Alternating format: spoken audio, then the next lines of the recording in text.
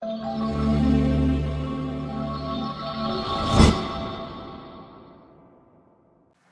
right, now we want to take you to a CBC News exclusive about an Uxbridge woman on the hunt for justice. She turned to police after being sexually assaulted and harassed by a co-worker in the office. Her abuser was convicted, but she also submitted a complaint to Ontario's Human Rights Tribunal, hoping for systemic change. And it took 6 years before the tribunal set a date for the final step. As Angelina King found out, her case is just one example of how backlogs are impacting those who file human rights claims.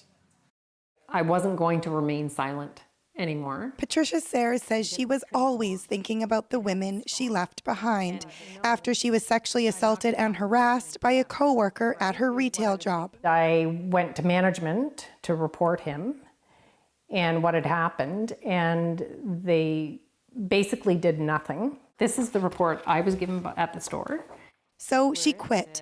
She says she didn't feel safe at work. She went to the police and filed a case with the Human Rights Tribunal of Ontario, or HRTO, against the man who assaulted her and management who dealt with her complaint. I thought it was the quickest way to make it safer for those women. That was not true at all. Her HRTO case was filed in February 2018, but it was deferred because the employee was criminally charged. He was convicted of sexual assault in 2019, and the HRTO case resumed. The next year, unsuccessful mediation. 3 years later, Sayers finally got hearing dates, October 2023.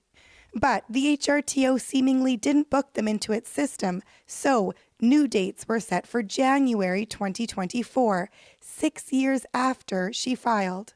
I wanted to effect change at that particular store. Which is why she went to the HRTO, because it can order public interest remedies with the purpose of preventing similar situations from happening. But because the case dragged on for so long, Sayers says the remedy she was seeking became unattainable. The HRTO was at fault for that happening because of the dysfunction that is going on there, the backlog that is there. By the time her case would have been heard, the store was changing ownership. 2 of the men she filed against no longer worked there, and a third was set to retire. Because of that, she says she agreed to a watered-down settlement earlier this year, which included some compensation and the store providing human rights training.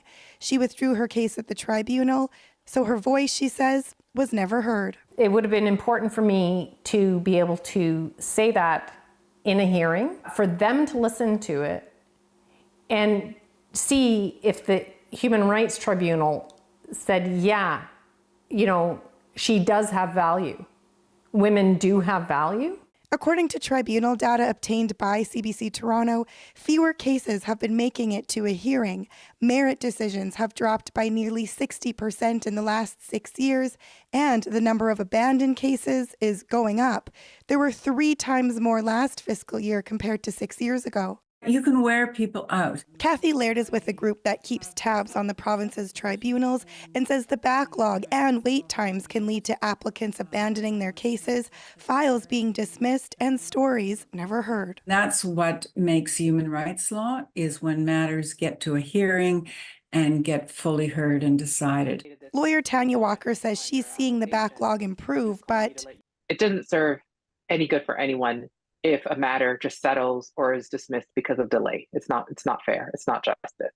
Tribunals Ontario says it doesn't comment on specific cases, but it's working on moving applications through the system in a more efficient and timely manner. It says at the end of this fiscal year, it had reduced its backlog by 13%. I think that our society at large doesn't take violence against women seriously enough. That's why I want to speak up. And I want to try and change that for future generations of women and young girls. Hoping they are safe and feel heard. Angelina King, CBC News, Toronto.